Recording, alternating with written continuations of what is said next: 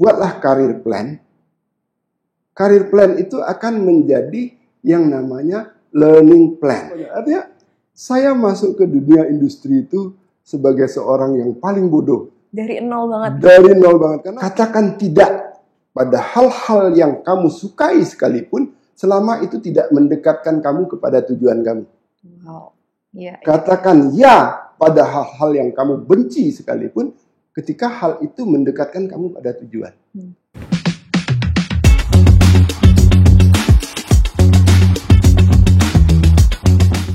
Halo Sobat Kagama, kembali lagi di Kagama Talks, ruang bincang inspiratif di mana kita akan belajar dari tokoh-tokoh inspiratif yang akan kita undang nih. Dan hari ini temanya sangat menarik karena dekat sekali ya dengan kehidupan kita sehari-hari, yaitu bekerja, belajar, dan bertumbuh. Hari ini kita akan berefleksi secara tajam bagaimana bekerja ini bukan hanya sekedar rutinitas belaka, bukan hanya sekedar cari cuan, tapi bagaimana kita bisa menjadi manusia yang lebih baik. Dan hari ini sudah hadir bersama kita di sini Kang Hasan. Beliau merupakan sosok pakar SDM yang sudah berpengalaman, mentor, penulis buku, pokoknya komplit banget nih. Langsung aja kita sambut Kang Hasan. Halo Kang. Apa kabar nih Kang? Baik, sehat-sehat. Sehat, bahagia Kang ya? Iya. Nah, sibuknya apa nih Kang sekarang nih sehari-hari? Ya, sibuk masih. Sekarang saya usia 57, masih bekerja. Ya, kalau formalnya Indonesia kan 55, 56 pensiun, ya saya masih bekerja. Ya, jadi masih memimpin perusahaan, kemudian ya menjadi konsultan juga. Mantap, luar biasa banget semangatnya. Nih Kang, kalau tadi kita sempat kenalan gitu ya sebelum ini. Ya. Saya penasaran gitu. Dulu kan Kang Hasan sempat ada pengalaman juga di bidang akademis gitu ya. Terus sekarang terjunnya di dunia profesional, industri, bahkan sampai memimpin perusahaan gitu kan. Gimana tuh Kang ceritanya? Oke, saya dulu memang researcher di Indonesia itu namanya dosen gitu. Kalau di luar negeri saya juga afiliasi dengan perguruan tinggi. Jadi setelah lulus S2 dan S3 di Jepang itu saya diminta jadi peneliti di sana kurang lebih 5 tahun ya, jadi peneliti di Jepang. Nah kemudian terus saya memutuskan untuk pulang. Kemudian di situ terpikir nyoba jalan lain gitu ya. Ya di samping ada persoalan ekonomi juga. Zaman dulu gajinya kecil gitu kan. Nah, saya coba di industri. Nah, banyak kawan yang nanya, kamu kok bisa? Gitu. Dari seorang dosen, terus tiba-tiba jadi ya profesional di dunia industri, khususnya industri manufaktur. Pas saya baru masuk ke perusahaan ini perusahaan kecil sih, perusahaan Jepang.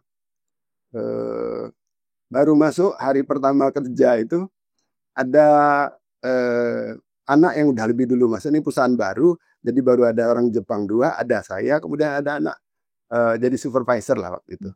Dia bawahan saya manajer. Dia tanya, Pak, ini kita udah bisa buka PO belum? Kamu tahu nggak jawaban saya apa? Apa tuh Kang? Lucu banget. Dia tanya, PO itu apa?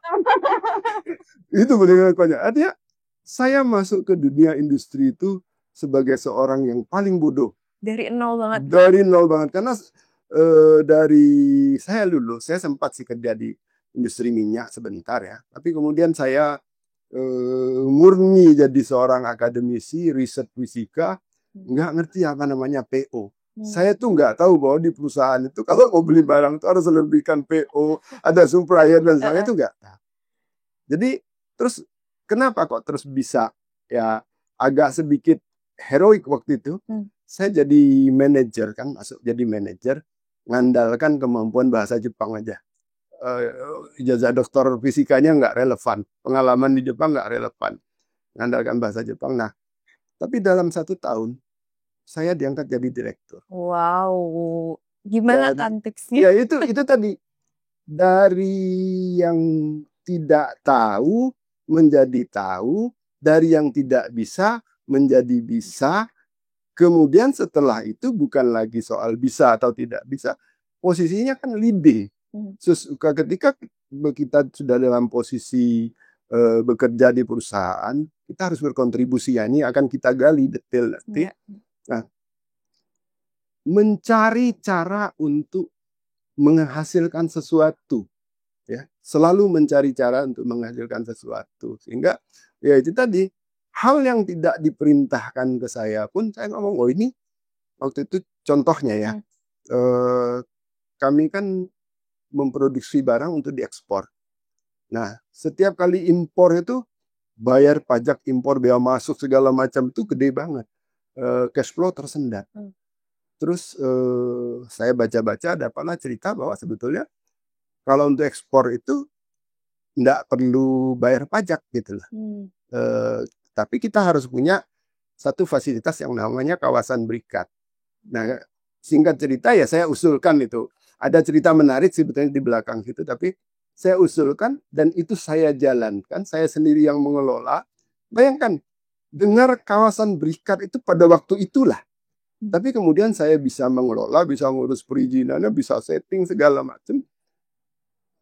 Lagi-lagi belajar. Karena belajar. Apalagi kalau kita bicara accounting, finance, tax.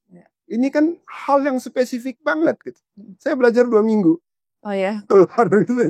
Nah, jadi mau jadi apapun kita belajar. Nah, pertanyaannya, apakah karena pindah terus juga harus belajar? Sebenarnya enggak. Saya researcher bidang fisika, ya kan. Waktu itu saya riset tentang, di awal karir saya riset tentang semikonduktor. Satu hari ada teman profesor saya datang bawa topik baru, DNA. DNA ini biasanya diteliti oleh orang-orang ilmu kedokteran, biokimia dan sebagainya kan. Tapi pada tahun itu, 20 tahun yang lalu, DNA itu menarik perhatian kaum fisikawan. Kenapa? Diduga dia bisa mengantarkan listrik. Nah, mekanismenya itu menarik. Nah, terus saya diajaklah untuk riset di bidang itu. Pada masa itu, paper-paper yang membahas DNA dari sudut pandang fisika itu tidak ada. Jadi saya harus mencari paper itu di mana? Di Fakultas Kedokteran. Apalagi dulu belum teknologi gitu. Belum ada, masih jurnal tuh masih ambil dari kutip, fotokopi, dibaca. Jadi berhari-hari pergi di Fakultas Kedokteran, perpustakaan untuk belajar tentang DNA. Artinya apa? Kalau tadi saya ke industri ini kan saya istilahnya menyimpang lah dari jalur. Tetap berada di jalur pun kita harus belajar. Gitu. Nah, jadi makanya saya pernah membuat tulisan, kalau seseorang bekerja tidak mau lagi belajar, maka dia hanya akan jadi pesuruh, saya bilang. Itu ceritanya. Nah, berkaitan sama yang terakhir tadi Kang Hasan bilang ya. Saya pernah baca nih di tulisan Kang Hasan ada istilah jongos profesional. Apa itu Kang? Dan kaitannya apa? Itu tadi pesuruh. Pesuruh itu apa? Pesuruh itu orang yang hanya melaksanakan apa yang diperintahkan pada dia. Ya, di luar itu dia tidak mau kerjakan, ya kan? Dan dia tidak perlu mencari tahu bagaimana sesuatu harus dilakukan. Dia terbiasa melakukan sesuai dengan yang diperintahkan. Pengikut perintah. Ya, jongos kan begitu. Nggak perlu berpikir. Nggak perlu berpikir untuk berkontribusi segala macam. Tidak perlu menggunakan kemampuan intelektual dia untuk membuat sesuatu yang menjadi lebih baik. Nah, kalau kita tidak belajar, ya, sebenarnya ada 2 hal di situ. Ada kemauan belajar dan ada kemauan berkontribusi, kan saya bilang tadi. Ini dicatat kata kunci. Ini yang disebut dengan added value contribution. Jadi kita tuh harus selalu berpikir ketika bekerja tuh, apa added value yang akan aku sumbangkan untuk organisasi tempat aku bekerja. Nah, kalau orang tidak punya ini, dia hanya nunggu perintah kan. Dan ini menyedihkan. Saya bekerja di perusahaan Jepang itu 16 tahun lebih. Orang Jepang itu sering sekali mengatakan komentar ini tentang orang Indonesia. Indonesia jiwa shijimachi. Shijimachi itu apa? Nunggu perintah. Tidak ada kreativitas, tidak ada keinginan dia untuk berkontribusi lebih jauh. Nah itu berbahaya sekali. Artinya mentalnya itu mental jongos. Kalau mak saya itu dulu nggak sekolah, tapi sering mengungkapkan hal-hal yang mengagetkan. Mak saya bilang, mak saya orang Melayu, kau tuh macam budak orang. Kalau tak disuruh tak bergerak. Nah, ada lagi kadang-kadang dia bilang macam baji. Anak-anak sekarang nggak ngerti baji. Baji itu alat untuk membelah kayu. Itu ditotok-totok kecil-kecil, habis itu dihantam pakai palu, terus kayunya terbelah. Kan? Kalau nggak dipukul nggak bergerak katanya. Nah itulah untuk adik-adik yang masih muda-muda ya. Ya sebenarnya kalau saya bilang adik-adik ini saya kegeeran banget. Anak-anak. Tapi kalau bilang anak-anak nanti, oh ini gue lecehkan ini. Tapi secara usia itu kan untuk anak-anak yang generasinya itu seumuran dengan anak-anak saya. Umumnya Gen Z ini ya. Tambah Gen Alpha nanti. Pikirkan dua hal ini. Ketika kita bekerja, bagaimana aku belajar, kemudian bagaimana aku berkontribusi. Bagaimana belajar dan berkontribusi gitu ya. Oke, ini kayaknya sesi hari ini saya sekalian konsultasi. Mumpung nggak bayar ya. Karena termasuk dari gensi-gensi tadi gitu kan. Nah, sebelum masuk ke dunia kerja nih Kak. Ya. Kan kita nih anak-anak muda sekarang di tengah industri yang terus berkembang zaman dan banyak sekali juga problematika cari kerja dan lain sebagainya gitu ya.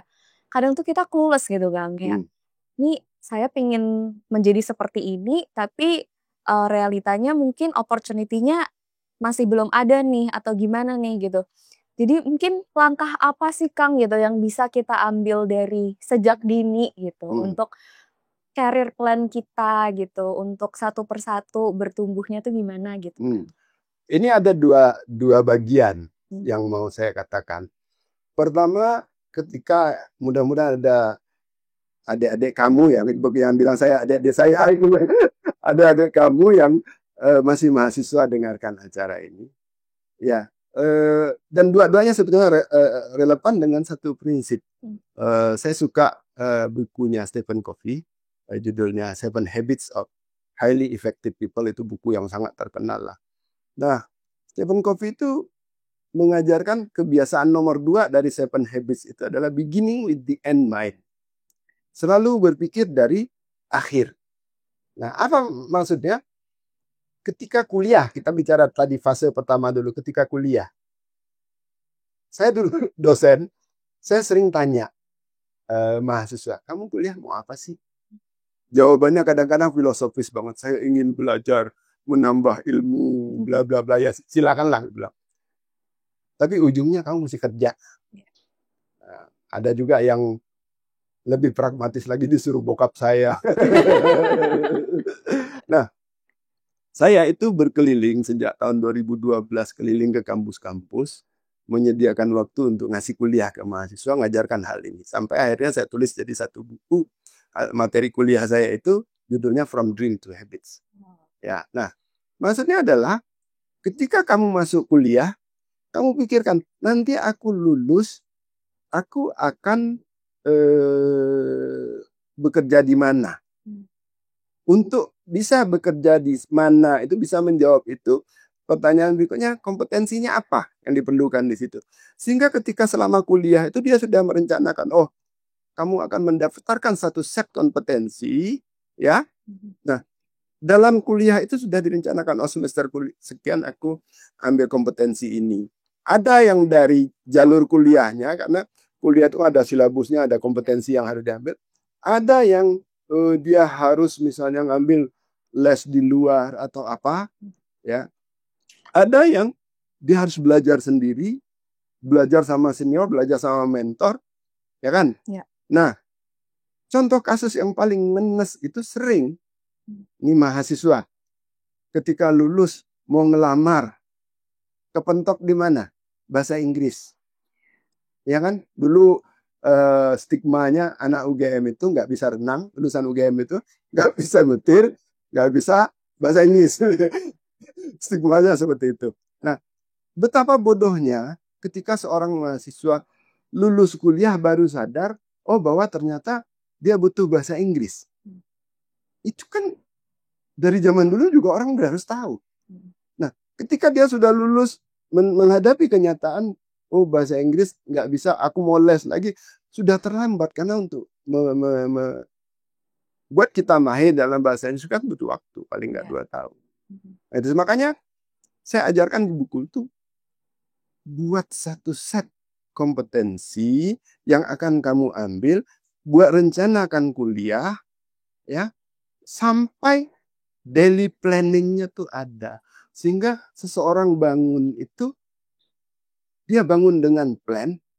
Ketika dia tidur dengan evaluasi. Kalau bahasa ngajinya tuh muhasabah. Aku tadi seharian ini sudah menjalankan berapa dari planku, menghasilkan berapa hal yang bermanfaat. Itu kalau hidup terus-terusan itu ketika kamu sampai di satu titik, satu set tadi ini udah selesai. Jadi tidak ada ceritanya kamu lulus tuh nganggur. Ya, karena kamu jadi orang kompeten. Orang bilang sekarang cari kerjaan susah. Ya kan? Sebetulnya nggak susah. Saya sebagai recruiter setengah mati nyari orang yang kompeten. Ya kan? Nah, jadi itu. Nah, ini tuh yang kuliah. Ya. Sekarang yang sudah lulus. Ya, kalau dia tadi menjalankan rumus ini, no issue. Ya, dia akan bisa dapat pekerjaan. Sekarang kalau mana wes ke budget gitu kan. Nah, ini pengalaman saya juga. See what you can sell. Misalnya kita bayangkan kamu berada di sebuah pulau. Ya dah, kamu punya intan. Laku nggak di situ intan? Pulau kosong? Enggak. Maka kita harus membuang intan itu, ya. Yang perlu di situ apa misalnya? Entah pisau kah, entah apa gitu kan. Ya pakailah pisau itu walaupun dia tidak seberharga intan. Nah, saya tadi ketika saya mau banting setir, lah kan maca udah gagah. Saya tuh jabatan terakhir saya di Jepang itu visiting associate professor. Wow. Udah profesor. Gajinya waktu itu 50 juta pun Jul. Waduh. Ya kan?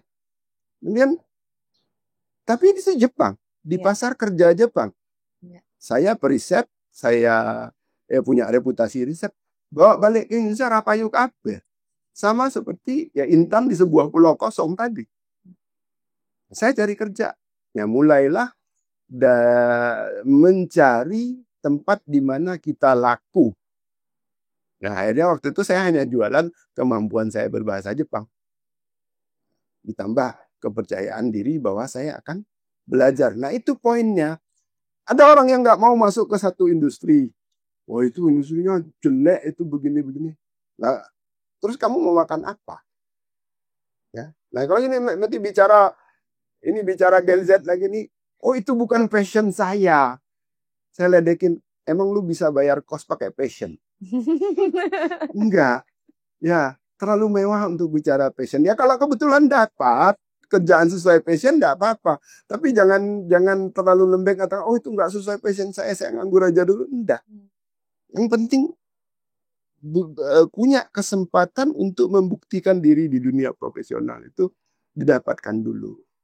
Nah, tapi berikutnya adalah jangan mau mati di situ. Ya, katakanlah sederhana, oh cari kerjaan lain-lain nggak dapat. Akhirnya misalnya mencoba jadi sales properti. Ya kalau kamu cuma jadi sales model makelaran ya nggak akan jadi apa-apa. Tapi kalau kamu memahami ilmu salesnya, belajar segala macam di situ, kamu akan bertumbuh. Ya, jadi cari celah untuk masuk, manfaatkan kesempatan belajar di setiap profesi, di setiap bidang industri selalu ada know-how yang bisa kita gali. Itu. Sepakat sih Kang. Jadi bukan nunggu kesempatannya datang dan kita diem aja gitu ya, tapi kita juga udah harus planning nih end goal-nya apa, untuk mencapai itu bagaimana gitu ya. Kesempatan itu sebuah kata-kata yang berbahaya. Oke. Jadi Kenapa itu? kesempatan itu sebenarnya datang kepada orang setiap saat. Itu kayak gini, kita jalan di tengah hujan, sama-sama diterpa hujan, ya kan? Sekarang yang tahu adanya kesempatan adalah orang yang memang mencari dan punya kesiapan untuk menggapai kesempatan itu. Jadi saya nggak percaya dengan luck. Saya percaya dengan kesiapan dan opportunity. Jadi katakan bisa besok misalnya di koran tuh orang bilang nggak ada kesempatan. Di koran selalu ada lowongan untuk apa? Manajer, lowongan untuk direktur. Kenapa itu kamu nggak bisa ngelamar ke situ? Kamu belum kompeten, nggak siap, ya kan? Belum ada match tadi. Nah, orang yang mencari kesempatan tentu nggak akan didik ke situ. Dia mencari kesempatan di level yang memang dia masuk. Dia mencari. Nah, ada banyak orang yang kesempatan lewat pun dia nggak sadar. Nah, itu yang bahaya. Jadi, orang yang memang mencari, orang yang tadi thinking with the end mind itu, ya. Kalau nggak ada kesempatan pun dia buat kesempatannya. Tapi kalau orang yang nggak punya bidikan ke situ, ada kesempatan pun dia nggak akan kasih sadar. Ya. Wow, itu dalam banget sih kan. Gampang ya. Terpukul ya Pak. Teringat gitu ya. Tadi Kang Hasan sempat cerita dari Jepang, udah dengan gaji yang sangat tinggi, pulang ke Indonesia, cari caranya supaya bisa masuk di industri Indonesia dulu gitu kan, dengan rendah hati lagi, belajar lagi, nurunin standar gajinya gitu ya Kang. Itu kan ntar kesalit. Gaji yang di Jepang tadi itu kesalit 2 kali lipat. Iya. Itu kan berarti keluar dari zona nyaman tuh Kang. Itu gimana Kang? Nah itu juga hati-hati. Jangan sampai termakan kata-kata motivator. Kita harus keluar dari zona nyaman. Ya, zona nyaman itu enggak apa-apa. Kalau di situ kita tetap bisa belajar. Misalnya nih zona nyaman. Saya pernah kerja di perusahaan Jepang, gaji gede, Pak, kasih sopir segala macam gitu kan. Orang bilang, oh itu zona nyaman kan. Ya emang nyaman, saya nikmati kok. Ya kan? Apa salahnya? Ya, kita belajar terus itu. Lebih sering lagi orang itu berada di zona yang sebenarnya nggak nyaman. Ya, bosnya toksik, gajinya kecil, kerjanya mampus-mampusan gitu. Tapi nggak berani keluar dari situ. Nah, sebenarnya poinnya bukan soal zona nyaman atau zona tidak nyaman. Ketika kamu punya tadi, beginning with the end mind, kamu punya tujuan. Nah, dari kebiasaan kedua yang diajarkan Covey itu, kebiasaan ketiganya adalah make priority. Ya, first thing first. Nah, Stephen Covey itu mengajarkan katakan tidak pada hal-hal yang kamu sukai sekalipun selama itu tidak mendekatkan kamu kepada tujuan kamu. Katakan ya pada hal-hal yang kamu benci sekalipun ketika hal itu mendekatkan kamu pada tujuan. Jadi tidak usah bicara zona nyaman, zona tidak nyaman. Sekarang saya sedang menuju satu titik. Ada nyaman, tidak nyaman di situ lewati. Gitulah. Ya. Katakan tidak pada hal-hal yang kamu sukai sekalipun selama itu tidak mendekatkan kamu kepada tujuan kamu. Katakan ya pada hal-hal yang kamu benci sekalipun ketika hal itu mendekatkan kamu pada tujuan.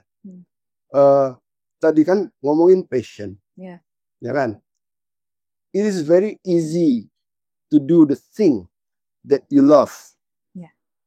But the best thing to do is loving the thing that you are doing. Yes. Ya, mencintai mengerjakan sesuatu yang kita cintai itu kan gampang. Ya. Tapi mencintai apa yang kita kerjakan itu yang dikatakan Stephen Covey tadi. Hal yang kamu nggak sukai sekalipun lakukan. Kalau itu mendekatkan kamu pada tujuan. Jadi hidup itu berbasis pada tujuan. Nyaman nggak nyaman itu pasti ada ketika kita sedang mengejar tujuan kita. Ya. Jadi memang pertama banget adalah tahu tujuan itu tuh paling penting. Ya, makanya di buku saya tadi itu, you dream first, tetapkan tujuan. Untuk mencapai tujuan ini nanti diperlukan habits. Ya, saya bagi setelah tahu tujuannya, kemudian kamu harus tahu bagaimana cara untuk mencapai tujuan itu. Karena kalau nggak tahu itu percuma. Ya, setelah itu kamu tetapkan plan, rencana untuk mencapai, melewati tahap demi tahap itu. Itu seperti kamu lihat di menara ditaruh emas 2 kilo. Ya. Siapa yang nggak mau dengan emas 2 kilo? Ya. Tapi ketika kamu lihat tidak ada jalan untuk menuju ke emas itu, kamu nggak akan berpikir untuk menggapai emas itu. Kita tahu misalnya di planet Merkuri sana banyak intan. Tapi nggak ada orang berpikir, oh kita ke Merkuri ngambil intan. Nah, tapi ketika kamu tahu, oh misalnya di menara itu ntar manjatnya lewat sini, habis itu pakai ini, aku pasang tali ini. Kamu akan termotivasi untuk mencoba. Benar. Makanya ada istilah, a dream without a plan is just a wish. Jadi jangan menyatakan mimpi itu sekedar ingin saja, tapi ingin dengan kesadaran bahwa kamu akan fight untuk mengejarnya. Ya kan? Nah, setelah diketahui tadi step-stepnya, diketahui apa yang dibutuhkan untuk mencapai itu, berikutnya adalah buat plan. Oh, rencanakan tadi kan. Nah, setelah itu bagian tersulitnya apa? Do the plan. Kontrol hasilnya. Sehingga day by day itu tadi, kita tidur dengan evaluasi. Apakah aku sudah semakin dekat dengan cita-citaku, dengan mimpiku. Nah, ini berlaku untuk siapapun. Kayak tadi untuk kuliah kan, ini kompetensi yang harus diraih. Aku tuh di bukuku tuh aku bikinkan gambar tangga. Sekarang kamu misalnya supervisor gitu. Posisinya bukan supervisor, supervisor gitu kan. Anak baru lulus. Ya. Kamu dapat di sini pun karena ada satu set kompetensi yang kamu miliki. Kemudian posisi di atasnya tadi supervisor. Dia punya kompetensi yang sekarang kamu miliki, ditambah sejumlah kompetensi. Inilah yang harus dibidik. Dibidik, oh itu aku akan pelajari nanti. Kapan aku akan pelajari, dengan cara apa aku akan pelajari. Di atasnya ada manajer, ada sederet lagi kompetensi. Itu kita harus raih. Makanya saya selalu bilang, buatlah career plan. Career plan itu akan menjadi yang namanya learning plan. Ya. Dengan itu, oh aku ingin berkarir ini, maka aku harus belajar ini. Yang paling jeleknya adalah ketika anak lulus kuliah, masuk kerja, terus marem. Aku wis ketompo nyambut gawe. Terus tidak belajar lagi. Nah, sampai kemudian berada di satu posisi bertahun-tahun, pangkatnya ramunda, gajine ramunda, sing munda ning popote. Ya. Nah, itu jangan sampai terjadi. Iya. Nah, Kang, untuk mencapai itu semua gitu ya, Kang, kita butuh mentor nggak sih, Kang? Dan kalau saya pribadi, saya merasa sangat membutuhkan gitu ya, apalagi oleh orang-orang yang sudah lebih dahulu gitu, melewati fase-fase tersebut gitu. Nah, mungkin pertanyaannya, bagaimana sih kita bisa bertemu dengan sosok mentor yang tepat begitu? Dalam konsep belajar, kita ini kan sudah orang dewasa. Ada yang disebut dengan adult learning. Ya, adult learning itu artinya kamu tetapkan tujuan belajar kamu rumuskan metode belajarmu, kamu jalankan plan kamu evaluasi tercapai atau tidaknya. Ya. Itu dulu. Jadi pertama harus disadari bahwa kita itu harus bisa belajar sendiri. Ada mentor, nggak ada mentor, itu nggak penting. Itu bonus aja. Nah, tapi tadi, create opportunity. Bagaimanapun juga punya mentor itu bisa lebih baik. Kalau memang mentornya bagus. Ya. Create opportunity. Perkara mentor tuh jangan nunggu dapat atasan keren. Jangan nunggu ketemu orang keren. Nunggu kebetulan. No. Cari orang. Dan dalam dunia ini, dalam dunia internet sekarang ini, mentor itu bisa datang dari mana aja. Iya, betul. Iya kan? Betul. Anak saya sekarang belajar bahasa Jepang. Itu pakai aplikasi yang kita bisa cari guru di seluruh dunia. Iya kan? Sebenarnya sudah sangat terbantu. Sudah sangat terbantu. Artinya sekali lagi, when you want to learn, ketika kamu ingin belajar, enggak ada ceritanya nggak bisa belajar sekarang itu. Iya. Itu aja. Jadi ya prinsip dasarnya dari kita dulu. Kebutuhan akan mentor itu bisa kita penuhi dengan merekayasa untuk menghadirkan mentor itu kalau kita kreatif belajar. Nggak bisa kayak zaman dulu, oh kebetulan dia dapat mentor bagus tuh, jangan lagi seperti itu pikiran. Kemudian berpikir, oh melihat orang, oh kau sih enak dapat mentor bagus, aku nih atasanku brengsek. Nggak bisa. Ya, itu terkait dengan kebiasaan pertama di buku Seven Habits itu being proaktif. Being proaktif itu artinya kita memilih tindakan kita, ya, kita bebas memilih tindakan kita untuk mencapai tujuan kita. Tadi ada yang menarik nih Kang. Waktu Kang Hasan menjelaskan, ada sedikit seakan-akan membanding-bandingkan gitu ya. Oh, wong koyo ngono kok dibanding-bandingke. Gimana itu Kang? Maksudnya di dunia sekarang kita sudah terpapar dengan sosmed, influencer segala macam. Iya gitu kan. Bagaimana kita harus bisa memfilter itu semua untuk tetap stay sama tujuan kita nih yang udah kita set. Nah, cerita kawan-kawan yang merantau Jakarta nih. Ya, saya sih karena saya lulus kuliah lama di Jepang tuh nggak mengalami itu. Konon ceritanya udah pada balapan untuk cepet-cepetan pamer mobil. Konon ceritanya begitu. Jadi dari dulu sebenarnya flexing udah ada ya Kang ya? Udah ada, cuman kan nggak ada Instagram dulu udah. Pokoknya cepet-cepetan orang ketang kosannya ndelik di mana nggak bisa mobil gitu. Konon ceritanya begitu. Ya itu silakan saja untuk jadi motivasi. Iya. Tapi saya bayangkan seperti kita nyetir. Ya, kalau kita nyetir nggak punya tujuan, maka ada orang nyalip kita kebun, ada orang lambat kita ketawain. Tapi kalau kita punya tujuan, kita kan punya takaran. Oh, aku sebentar lagi sampai sini, aku sebentar lagi sampai sini, sebentar lagi sampai sini. Sehingga nggak penting orang di sekitar kita tuh kayak, oh aku menuju situ kok. Ya. Itu. Jadi tetapkan dulu tujuan kita. Nah, cuman sesekali memang kita perlu lihat kiri kanan. Jangan-jangan kita terlalu lambat untuk mengejar tujuan itu. Atau jangan-jangan tujuan kita terlalu kecil gitu. Tapi itu sesekali saja. Ya, aku dulu lulus kuliah itu dapat kerja di lapangan minyak. Zaman itu baru lulus dapat gaji 1,2 juta. Kalau dikonversi sekarang itu mungkin ya sekitar 12 juta rupiah. Tahun 94 kan. Tapi aku sadar, oh ini duit dapat. Tapi aku nggak akan bisa sekolah, melanjutkan ke S2. Padahal cita-cita aku pengen kuliah ke luar negeri waktu itu. Ya aku pilih untuk berhenti. Jadi dosen gajinya 120.000.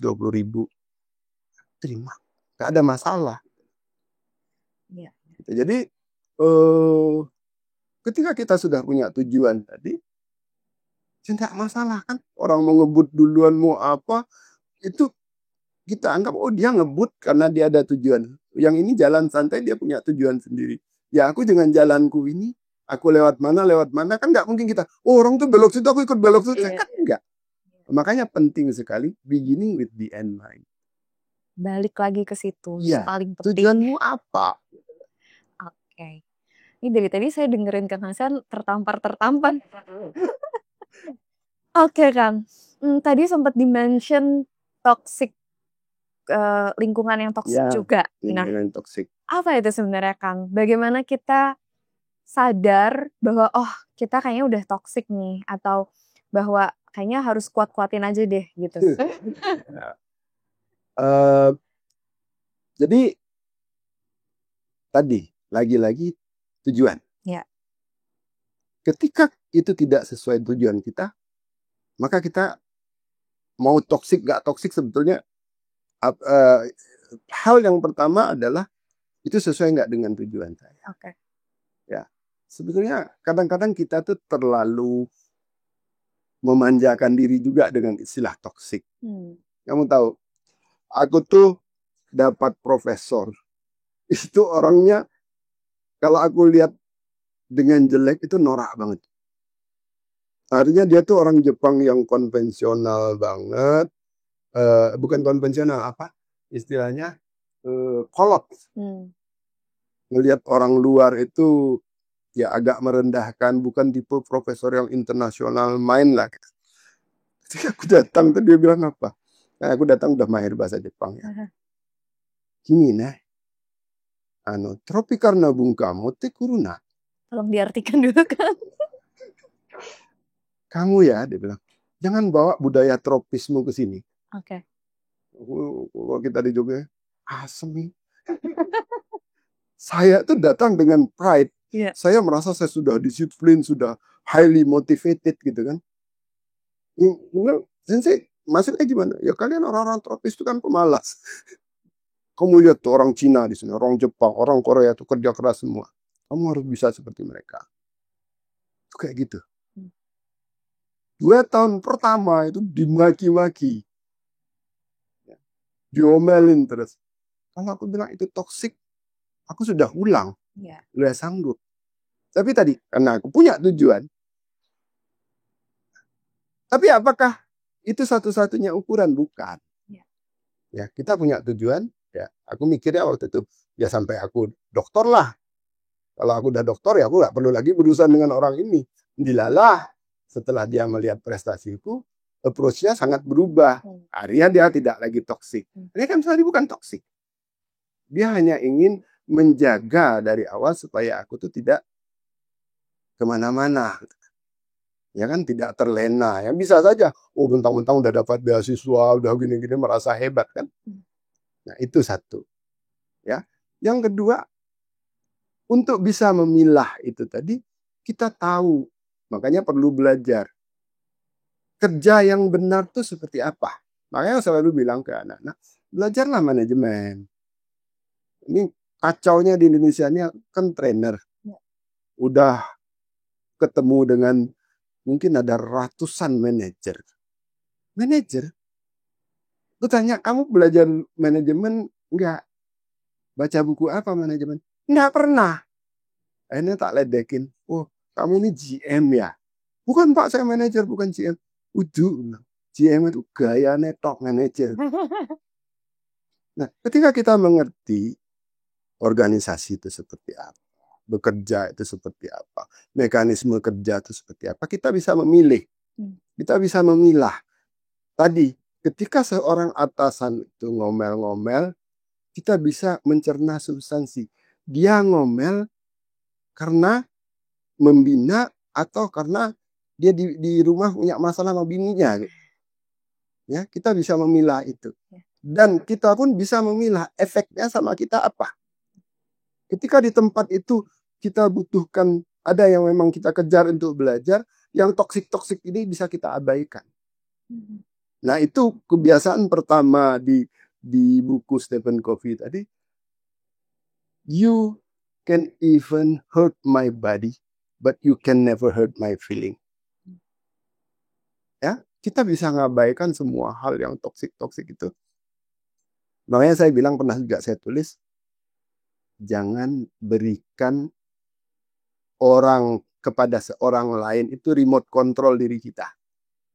Jadi apapun yang terjadi, apapun stimulan istilahnya di buku Stephen Covey itu, jangan bereaksi sesuai dengan stimulus itu. Bereaksilah sesuai dengan value kita. Gitulah. Nah, tapi kembali lagi ke soal toksik tadi, kita harus bisa menilai itu, ya, memilah mana yang perlu atau tidak, termasuk menetapkan kapan saatnya untuk fight, kapan saatnya untuk flight, meninggalkannya. Kalau kita flight hanya gara-gara kita tidak kuat, nah itu rugi. Ibaratnya itu ada kobaran api segala macam, tapi di sana ada intan. Nah, kita udah nggak kuat, aku panas ini, udahlah aku nggak usah dapat intan saja. Kemudian kita nyalakan, jalannya sih ada api. Itu yang diajarkan Stephen Covey itu tidak boleh. Ya, kita bisa membuat judgment apakah kita mau fight atau flight. Kalaupun kita flight, itu karena kita sudah berhitung dengan benar, bukan karena cengeng, bukan karena apa, bahwa ini tidak layak untuk diperjuangkan. Gitu loh. Jadi sebenarnya yang bisa memfilter adalah balik ke tujuan kita sendiri, dan kita perlu mengenal diri kita sendiri juga ya, Kang, value yang kita mengenal diri kita dan mendefinisikan diri kita. Siapa saya, apa yang saya inginkan. Makanya dalam ilustrasi untuk membangun kebiasaan nomor 2 tadi itu, Stephen Covey itu menjelaskan apa? Dengan sangat spiritualistik. Kamu bayangkan hari ketika kamu mati, di pemakaman kamu itu siapa yang akan hadir, apa yang akan dikatakan orang-orang tentang kamu. Itu bukan soal omongan orang, tapi soal who were you as a person. Gitulah. Jadi kamu akan mati sebagai apa? Pada akhirnya seperti itu. Ya kalau mau dikaitkan dengan agama silakan ya. Tapi misalnya saya di umur berapa, ketika saya umur 30, di umur sekian saya akan jadi ini. Saya akan jadi. Termasuk di umur sekian tuh gajiku berapa sih gitu loh. Itu bisa di set semua gitu. Nah ini ada cerita, karena aku juga kasih rumus ini ke anak-anak. Ukuran gaji itu berapa sih gitu kan? Ada takaran nggak?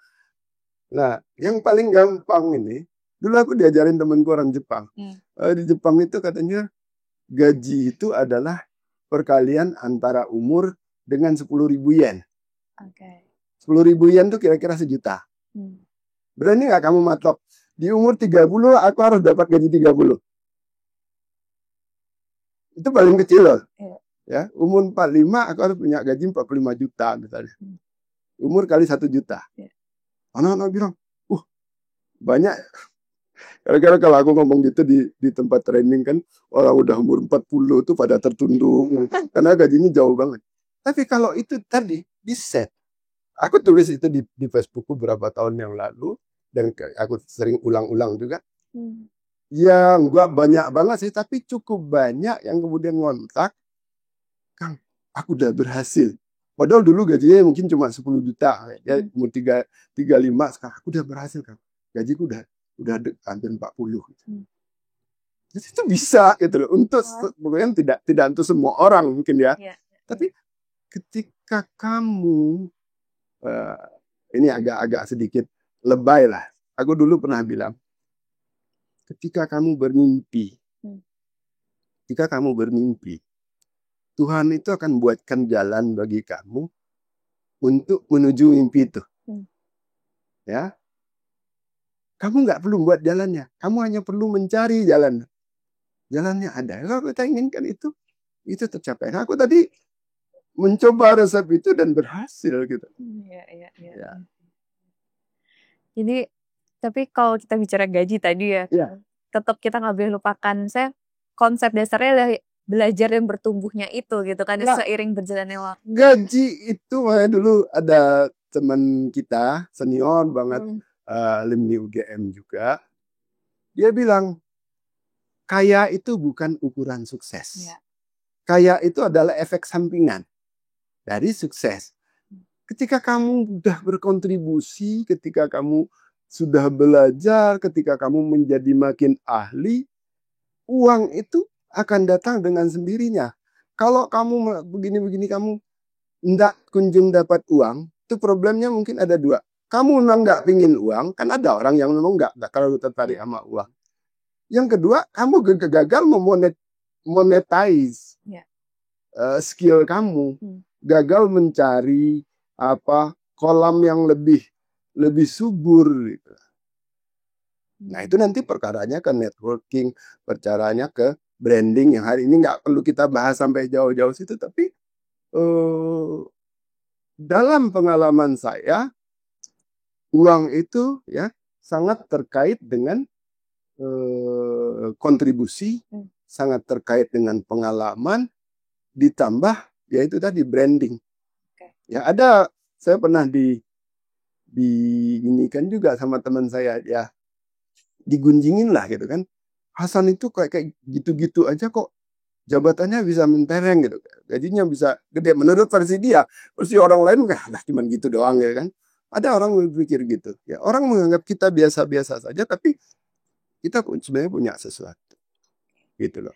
Nah, Kang Hasan juga cerita bahwa seperti anak tangga gitu ya. Ya. Dari fase segini kita tambah skill, naik lagi fase dan lain sebagainya. Pada suatu saat kan ujungnya adalah untuk menjadi pemimpin gitu ya Kang. Ya. Nah, kalau tadi kita belajar ketika kita bekerja. Ya. Pemimpin juga bekerja gitu, tapi ya. apa sih yang membedakan pemimpin sama pekerja biasa? Pemimpin.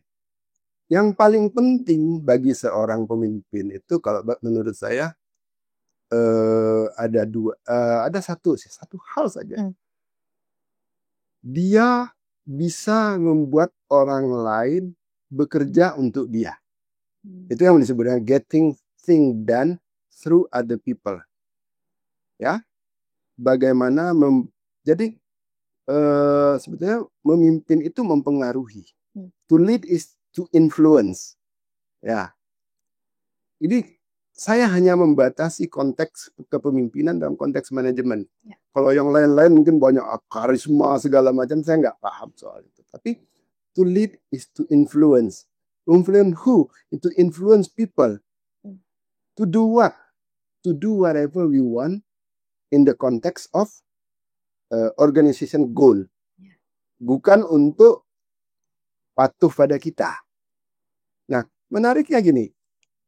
Saya perusahaan Jepang terakhir tempat saya bekerja itu perusahaan multinasional. Itu ada 250 anak perusahaan di seluruh dunia. 25 perusahaan. 25 negara. CEO-nya kan memimpin 250 perusahaan. Bagaimana bisa? Ya? Ya. Itu hanya bisa dilakukan kalau kita bisa mendelegasikan pekerjaan.